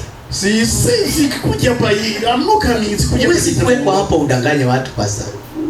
Why don't we put here pastor so you can lie to people? Kama si kupeleka watu mbinguni. If it is not having people leading people to Kupeleka heaven. watu mbinguni. Leading people to heaven. Na duniani tulipe mara 100. How about down here we paid 100 times. Hivyo ndivyo Yesu alimwambia Petro. That's the way Jesus told Peter. Tumetoa We've given ni mali yetu, all our possession. tumekufuata, We followed you. tutapata nini? What will we get? Yesu akamwambia kule mbinguni ni uzima wa milele peke yake. Back there, everlasting life. Lakini hapa But here, tawalipa mara 100. you will be paid 100-fold. Maana hapa tunataka mali. Here we need possession. Mali nyingi. A lot of possession. Mbinguni tupate uzima peke yake wa milele. Heaven, only everlasting life. Kwa hivyo ninataka kuomba. Before I pray, Nataka tutoe matoleo ya kubariki nyinyi. I want us to give giving that will bless you people. Let me bless them. Hata wale watu wanaelewa. Those whom I know. Let me pray for them. Hebu niwaombe. Na ni sasa. And it is now. Nataka uchukue cheki yako. Take a check book if you have. Uchukue kashi yako. Ama uchukue pesa yako kama unaye. Mimi nataka kuombea matoleo itakayotolewa. I want to bless everything you will give now here. Na nataka uangalie kuanzia leo. And I want you to check from today. Na nataka sasa kusema na Mungu juu ya chochote unachotarajia siku nyingi zikakosa. And I want to tell God the things you've been waiting on and has not come. Nataka upatie wale watu wanaelewa. I want you to give it to those who understand. Wale tu wanaelewa. Those who understand. Wale wanaelewa kinaweza fanyika kitu kupitia kwa hii matoleo na maombi. Those who know something can happen from this giving. Na kama uelewi, kama uamini, usikubali kwa sababu hiyo ni kupoteza. If you don't believe, don't do it because it is wasting. Kupoteza. It will be you'll be throwing away. Na unajua mimi tikiti nimelipiwa na Francis ya kurudi Kenya. I already have the ticket to Kenya. So what I want to say, kile nataka niseme au kile nataka nione, what I want us to see ni experience neno la Mungu. It will so that you can experience the word of God. Na kuliamini vile linaweza fanya kazi. So that you can believe it the way you can work on it. Surely. Nataka vile Mungu anaweza fanya kupitia kwa neno lake juu ya maisha yako. I want to see what God will be able to do through your life. In fact, if you don't believe it, don't lie because it's very bad. Don't give. Kama uamini usiandike kwa sababu ni hatari sana. Haitakusaidia. It doesn't help. Hiyo nitakula. Oh, pastor will eat. Gideon will eat. Na hakuna kitu itafanyika. And nothing will happen. Wacha ile nitakula. Kile ambaye whatever he will eat kikuwe ni cha kufanya wewe mambo ibadilike. Let it be which will make you have a change. Pastor, kuna mahali nimezungumza mambo yangu. Did I share anything on my own, pastor? Nimeenda kwa Biblia kabisa. I follow the Bible. Huyo ndio Mungu. That's the Lord. Na asema mambo mengine ni hiyo nimewaambia. And I will not add nothing else, just what I've shared with you. In fact, wacha kungangana na mambo mengi, ukongangana na Mungu uone vile Mungu atafanya. Do what the Lord will do. Utakuwa unajua nilikuwa naambia washirika wangu kule, mimi siwezi kwenda kuombea milimani. Nilikuwa naenda milimani kulala mahali hata ningeliwa hakuna mtu angekuja kunitafuta. Kwa sababu I go to pray in the bush, in the mountain. If even an animal ate me, nobody would find me. Francis knows, anajua. Nilikuwa naombea msitu, ni sile mlima wa kiroho. He would go actually to the bush to pray in the bush in the jungle. Nikamwambia sasa siwezi kuomba hivyo. I said I will not pray like that no more. Bana, nilikuwa naleta Mungu karibu na mimi. I will just bring God close to me. Ati nikimwambia maneno mawili tu matatu anasikia. If I tell him just 2 or 3 here. Lakini that time alikuwa mbali sana. But that time he was really very far. Paka ningefanya vile nitamleta karibu. I had to try to make him come close. In fact, ngoja nikuelezee kabla hujatoa pesa. Wacha nikwambie kama hujatoa, let me tell you before you give any money. Kuna watu huwa wako mbali sana na Mungu. There are people who are really very far from God. Na kuna watu wako karibu sana na Mungu. And those who are very close to God. Na ukitaka kujua, if you want to know, wakati hata mimi najuanga wakati Mungu yuko mbali na mimi. I also know when God is away from me. Mimi hujua wakati ninaomba. I know when I'm praying. Ukisikia nimepaza sauti sana ujue in fact Mungu yuko mbali sana na mimi. So when you hear me pray so loud, God is very far. Sasa nataka asikie. I want him to hear. Lakini nisikie nishoa pole pole hiyo yuko hapa. When he prays so slowly, God is just here. Sasa nikiwa hapa iko haja gani ya kupiga kelele? Si nikuzungumza pole pole. I'm so close, why do I make big noise just say it? Lakini ngoja uwe mbali.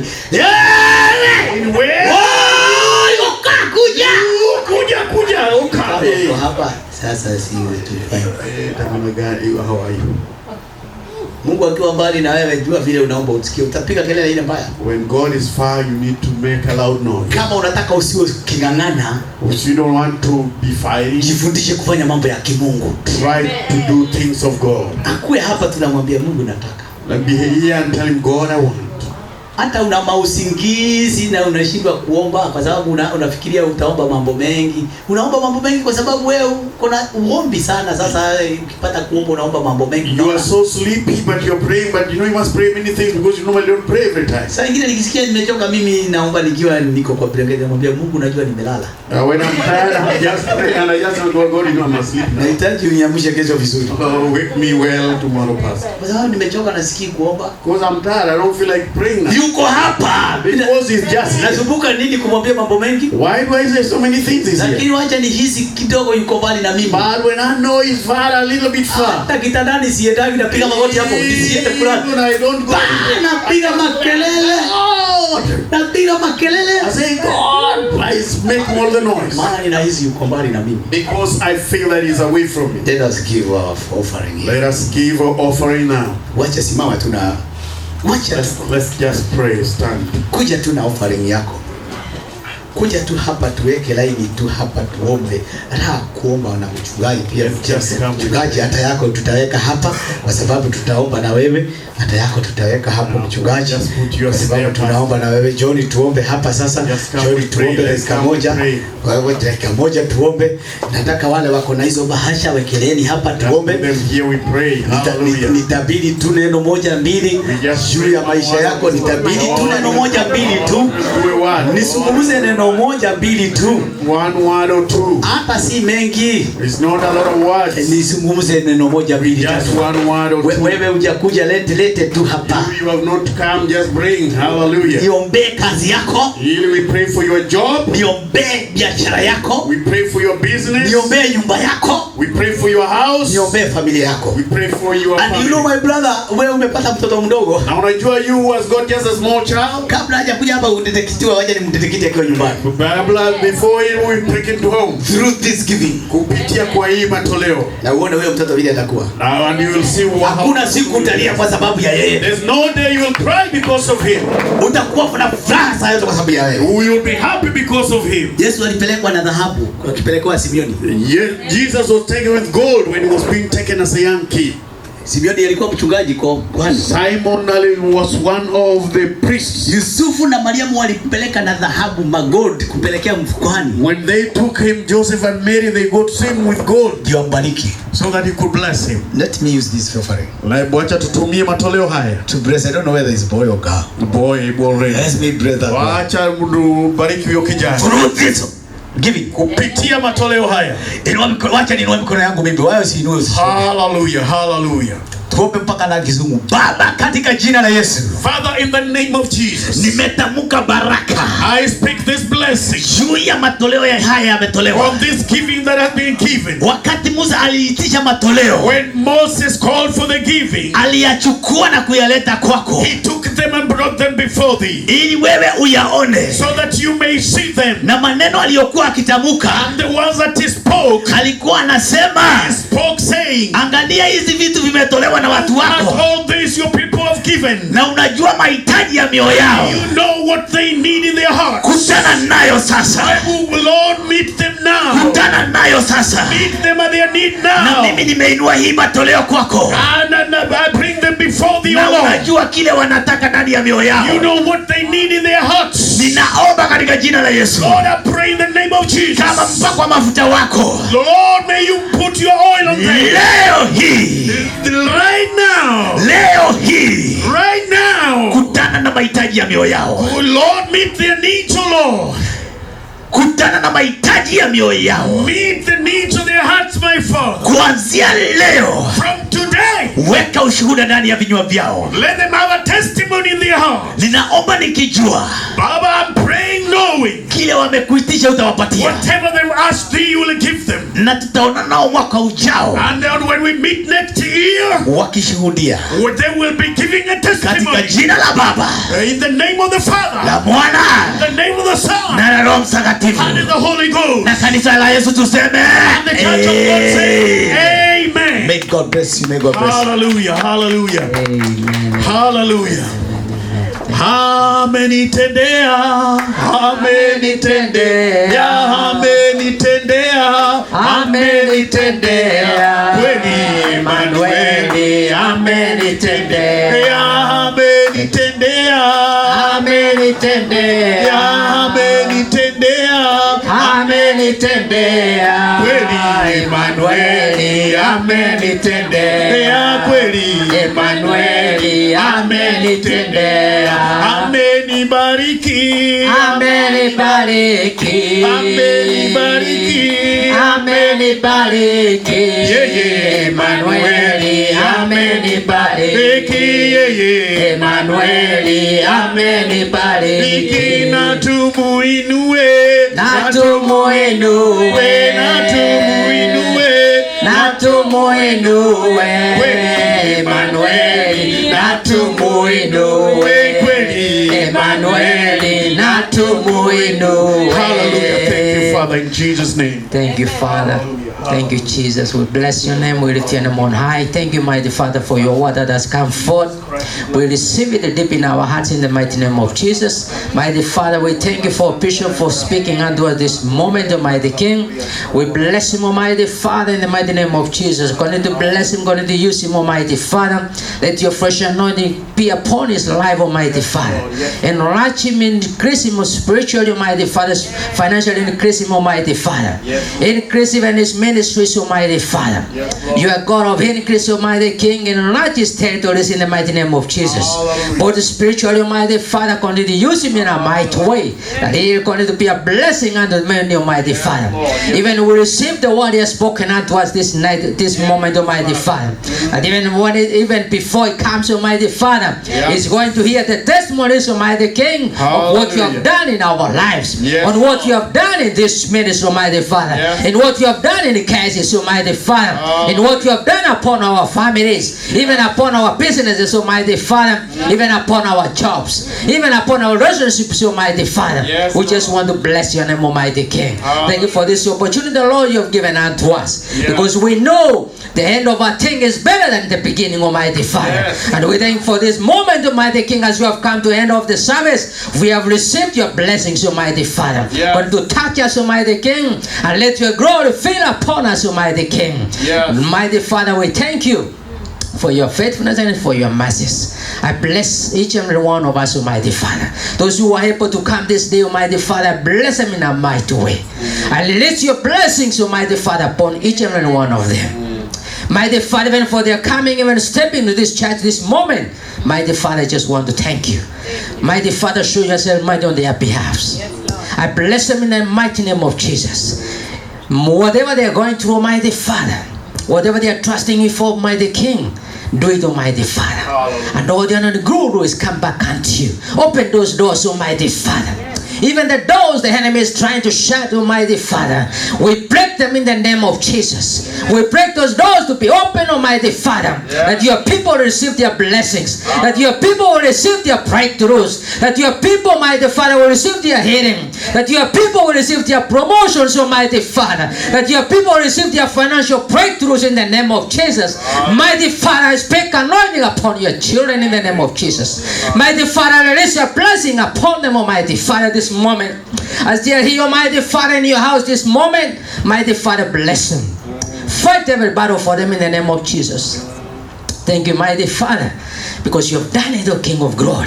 Thank you, Father, for you have blessed them in a mighty way. Even their families, those even who are not your Mighty Father, we speak peace unto them in the name of Jesus. Touch them, Almighty Father. Even those in Sunday school, Almighty Father, bless them. Touch them, Almighty King, this moment. May they receive their portion in a mighty way.